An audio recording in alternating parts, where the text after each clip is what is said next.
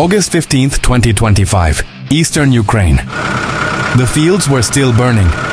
Blackened wrecks of tanks and armored personnel carriers dotted the landscape like twisted monuments to failure. Smoke curled into the sky in lazy black spirals, visible for kilometers in every direction. The air stank of scorched fuel and charred earth. Ukrainian engineers moved carefully through the wreckage, marking unexploded ordnance with white flags, collecting fragments of captured weapons, and photographing serial numbers on North Korean equipment. The August 14th ambush had been a triumph. In less than 2 hours, Ukraine had shattered a mechanized thrust that its enemies believed unstoppable. Dozens of T-90s were reduced to metal skeletons. Supply lines had been torn apart. A North Korean commander sat in captivity, his carefully guarded battle plans spread across a table in a Ukrainian command bunker. And yet, despite the victory, unease hung heavy in the air. Commanders knew this battle was not the end. It was only the first blow in a far larger contest. In Moscow, reports of the destruction spread like wildfire through military channels. Satellite images showed rows of wrecked vehicles littering the Kolmes line. North Korea's propaganda organs tried to mask the disaster, but intercepted communications told the truth. An entire expeditionary thrust had been annihilated. For Russian leadership, it was humiliation. For North Korea, it was worse. Their first major combat deployment outside the Korean peninsula had been cut down before it even reached its objective. Reinforcements were promised within hours. Intelligence intercepts revealed North Korean generals urging their Russian allies, "We will not leave our dead unavenged." Russia, in turn, began shifting heavier formations eastward, determined to prove that the ambush was only a temporary setback. Inside the forward headquarters near Kramatorsk, Colonel Andriy Mykolenko studied the battlefield maps. Red markers indicated new enemy concentrations building up beyond the Kolmes River. Satellite passes confirmed that Russian rail convoys were unloading tanks and artillery in Luhansk and Donetsk. Long-range multiple rocket launchers were being driven into position, supported by supply trucks filled with ammunition. The colonel knew what it meant. The enemy was preparing for a second strike, bigger, heavier, and more coordinated than the first. The 93rd Mechanized Brigade had won by using deception, patience, and timing. But they could not count on the same trick twice. So the defense shifted. Instead of static kill zones, mobile strike teams were dispersed along key approach routes. Tank crews dug into concealed positions. Self-propelled artillery rotated constantly, never staying in one place long enough for counter-battery radars to lock them in. Drone operators spread out across the region, feeding live reconnaissance into a growing digital map of the enemy. Still, everyone in the bunker knew. When the next wave came, it would be brutal. In the trenches west of the Kolmes line, Ukrainian infantry adjusted their helmets and checked their rifles. The air was heavy with humidity, the smell of burned grass mixing with diesel exhaust from idling armored vehicles. Some soldiers joked to break the tension, calling the ambush yesterday's miracle. Others remained quiet, staring out across the flat fields where the horizon shimmered with heat. Private Danilo Kovalenko, only 19 years old, scribbled in his pocket notebook, "We are waiting.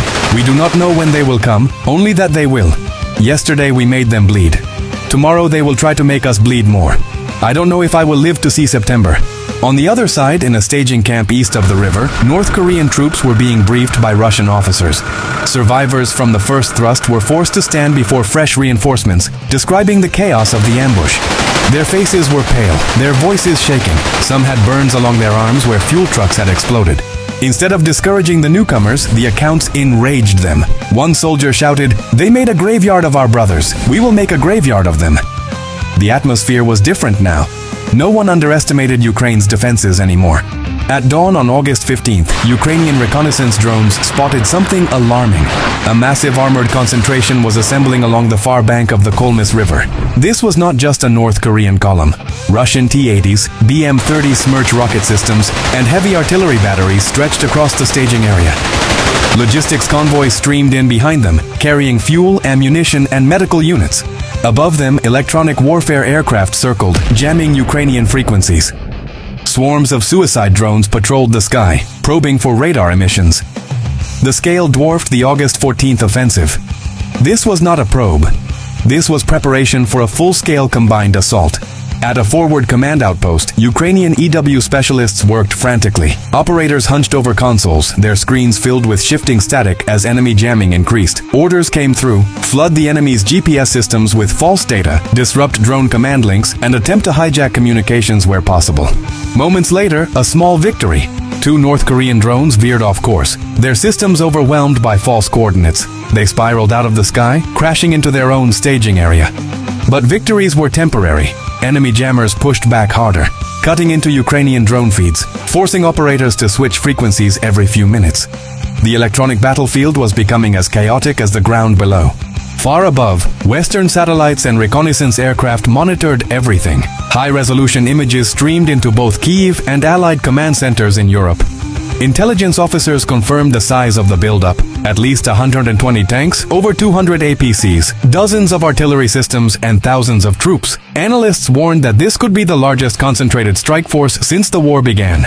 Ukrainian generals faced a grim choice: commit reserves to blunt the attack now, or hold them back for the defense of major cities. Either option carried risk. By late morning, the battlefield grew eerily quiet.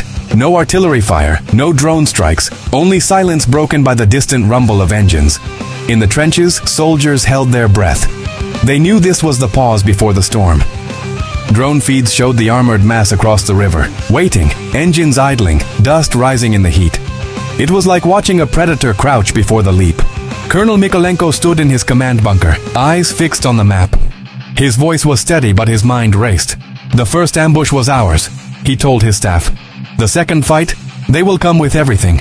At exactly 1:12 p.m., Ukrainian drones recorded the first movement. Engines roared as the massive column began to roll westward. Artillery units shifted into firing positions. Suicide drones took flight, rising like black dots into the sky. The second offensive had begun, and unlike the first, it was coming in full force. August 15, 2025, 05:47 a.m. The earth trembled before the sound reached the trenches.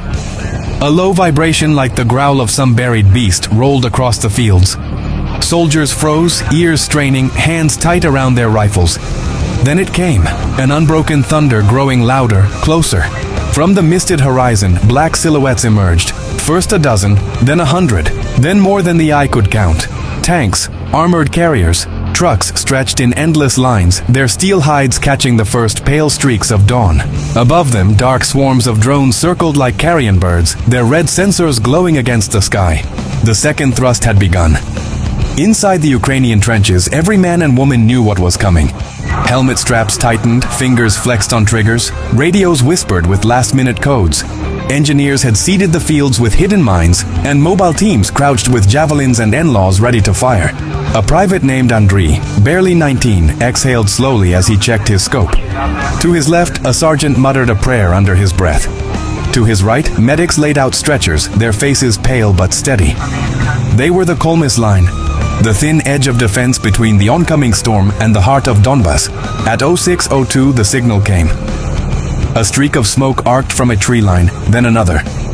The first Ukrainian anti-tank missiles slammed into the lead vehicles, explosions tearing open the morning. Two tanks ignited instantly, black plumes spiraling upward. But the column did not stop. It surged forward, metal grinding against metal, tracks chewing the soil into dust. Artillery thundered behind them, shells ripping apart the earth. The battlefield erupted in chaos. Overhead, Ukrainian drones dove like falcons, dropping grenades into open hatches. Others streamed live video to command posts, marking enemy units for artillery.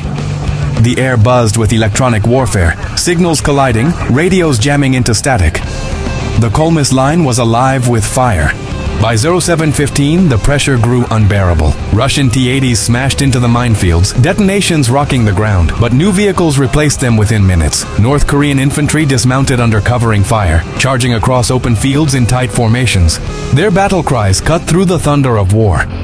Ukrainian defenders answered with machine guns, mortar fire, and precision strikes. The fields became a storm of smoke, sparks, and screams. Still, the enemy advanced, step by brutal step. From a bunker on the ridge, Colonel Mikolenko watched drone feeds flicker across his screen. "Hold them," he ordered into the radio, his voice steady though his chest burned. "No retreat. Hold the Kolmis line. At 0840, a section of trench collapsed under thermobaric fire. The blast shook the ground like an earthquake, sucking the air from lungs and leaving silence before the screams returned. Survivors staggered, ears ringing, clothes aflame.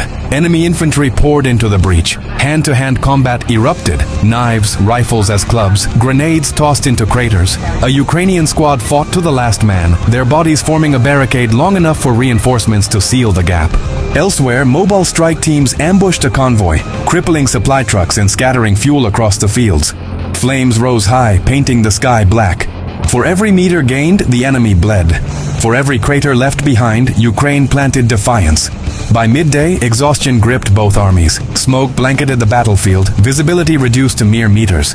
Radios screamed overlapping orders. Drones buzzed overhead, many crashing from jamming or gunfire. Then, a new message cut through the static. NATO reconnaissance satellites had pinpointed a weak spot in the enemy's formation, a supply artery left exposed. Without hesitation, Colonel Mikolenko dispatched his last reserves. Armored Humvees and mechanized infantry stormed out of hidden positions, cutting into the enemy's flank like a knife. Explosions erupted along their fuel lines. Trucks burned. Ammunition cooked off in deafening blasts. Confusion spread across the Russian-North Korean ranks. Columns faltered, formations crumbled, commanders shouted into dead radios. The unstoppable wall of steel suddenly staggered. By 50 Niks, the battlefield was a graveyard of machines and men. Black smoke towered over the Kolmis River, visible from miles away. Bodies lay scattered among ruined armor, faces covered in ash and dust. Ukrainian soldiers slumped in their trenches, their hands trembling, rifles hot from firing. Medics worked without pause, dragging the wounded from craters, wrapping tourniquets, whispering comfort to the dying. They had held. The Kolmis line had not broken, but at a price. Entire platoons were gone. Entire villages reduced to rubble. And as drone feeds rolled in, another truth became clear. Deeper east, another column was forming. Larger, stronger, waiting. As night fell, the survivors cleaned their weapons in silence. The ground still smoldered. The air reeked of smoke, blood, and burning steel. In Kiev, commanders spoke of a great victory. In the trenches, soldiers only stared at the horizon, where faint lights glowed in the dark. New engines, new tracks, new armies preparing for the next day. The second thrust had failed. The third was already on its way, and the war was only beginning.